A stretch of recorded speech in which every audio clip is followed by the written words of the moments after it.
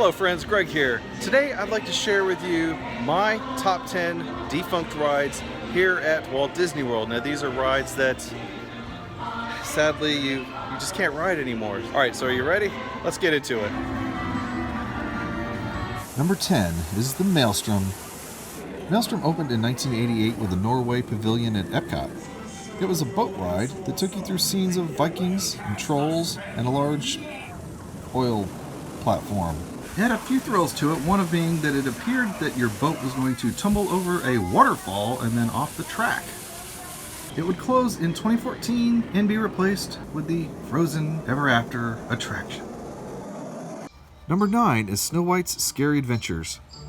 This ride opened with Magic Kingdom back in 1971 and was modified in 1994 and would later finally close in 2012. It was replaced with Princess Fairy Tale Hall. It was a dark ride that would essentially take you through the story of Snow White and the Seven Dwarfs, much of it from the witch's perspective. Number 8 is Mission to Mars. Mission to Mars at Magic Kingdom was originally known as Flight to the Moon, which opened in 1971. It was refurbished into Mission to Mars in 1974 and would later close permanently in 1994, replaced by Alien Encounter.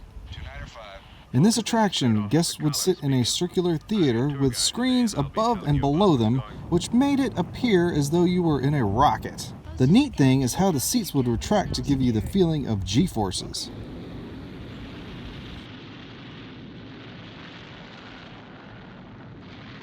Number 7 is Mr. Toad's Wild Ride. This is another opening day attraction at Magic Kingdom from 1971. It was a dark ride based on the story of The Wind in the Willows. After boarding your jalopy vehicle, you would crash through Toad Hall,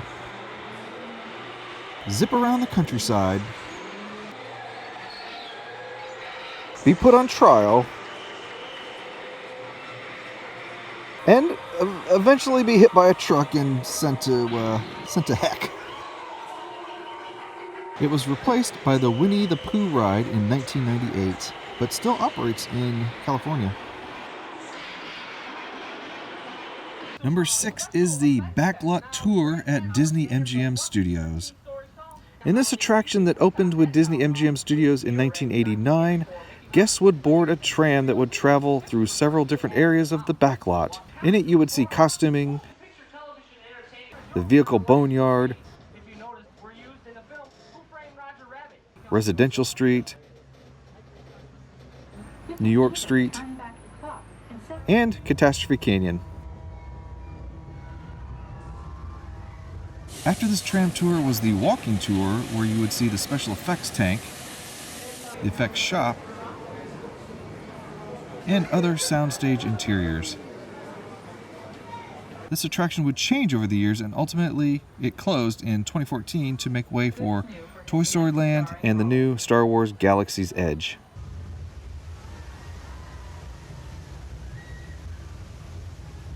Number 5 is the Great Movie Ride. Another Disney MGM opening day attraction, and the only one with animatronics, the Great Movie Ride took guests on a tour of classic movies including Mary Poppins, Alien, Casablanca, and The Wizard of Oz, to name just a few. What was unique about it is how either a gangster or a cowboy would come out of the movie and commandeer your ride vehicle. And come to think of it, this reminded me a bit of the 1994 movie Last Action Hero. It would close in 2017 and be replaced with Mickey and Minnie's Runaway Railway. Number 4 is World of Motion. World of Motion opened at Epcot Center in 1982 and closed in 1996 to be replaced with Test Track. It was an Omnimover ride that took guests on a humorous tour of the history of transportation. Some of the animatronics of the ride were just fantastic and included the world's first traffic jam, the invention of the wheel, It's fun to be free. and Leonardo with an upset Mona Lisa looking on. After the ride, guests would visit the Trans Center, which showcased prototype cars and other displays. Does anyone remember the Lean Machine?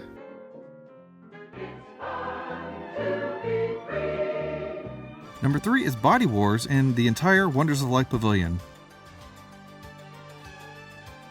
Now, Body Wars opened with the Wonders of Life Pavilion at Epcot in 1989. It opened a few months before Star Tours, making it the first simulator of this type on Walt Disney World property. It starred Tim Matheson and Elizabeth Shue and took riders on a fast-paced tour of the body, after you were shrunk down, of course.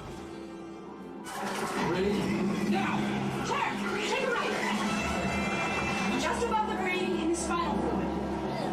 Snarling bitter fire.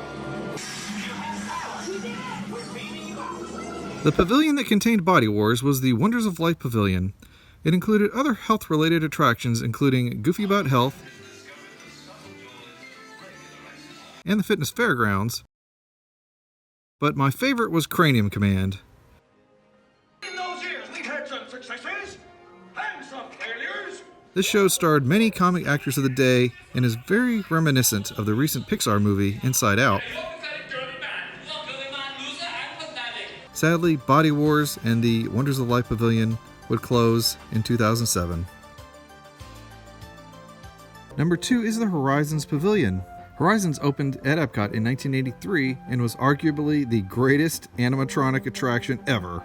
It was thought to be the sequel to the Carousel of Progress attraction at Magic Kingdom. In it, riders boarded an Omnimover vehicle and were shown different futures for humanity, including living in a desert farming oranges, Quite a transformation.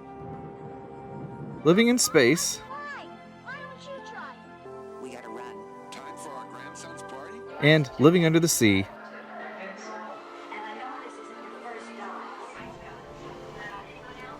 After viewing these different scenes, riders were given the opportunity to choose their own future of space, desert, or undersea, and a movie would appear based on their selection. Horizons closed in 1994 and the building was demolished to be replaced by Mission Space.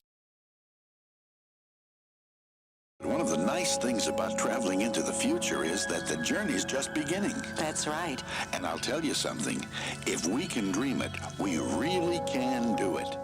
All right, now before I reveal my number 1 attraction, let's do a recap. Number 10 is the Maelstrom. Number 9 is Snow White's Scary Adventures. Number 8 is Mission to Mars. Number 7 is Mr. Toad's Wild Ride. Number 6 is the Backlot Tour at Disney MGM Studios. Number 5 is the Great Movie Ride. Number 4 is World of Motion. Number 3 is Body Wars and the Wonders of Life Pavilion. Number 2 is Horizons. And my number 1 defunct attraction at Walt Disney World is 20,000 Leagues Under the Sea. You would get on the Nautilus from the movie. It wasn't truly a submarine, it was more of a half kind of a boat thing that you would go on. You're going through the entire journey of 20,000 Leagues Under the Sea, and it was based off of the submarine voyage over at Disneyland, but they themed it so it was like Captain Nemo and 20,000 Leagues.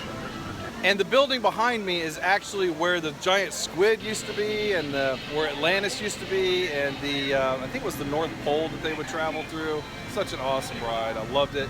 But unfortunately, it was a maintenance nightmare. They ended up closing it in 1994. This, again, is my favorite ride, probably of all time, and I'm not the only one who loves this ride. There's a website out there called 20kride.com. Go there, you can see the full ride, full details of what happens, why the ride closed. Mr. Baxter, if you think you're seeing mermaids and sea monsters, you've been submerged too long. Good Lord, it's one of ours. Its hull has been crushed like an eggshell.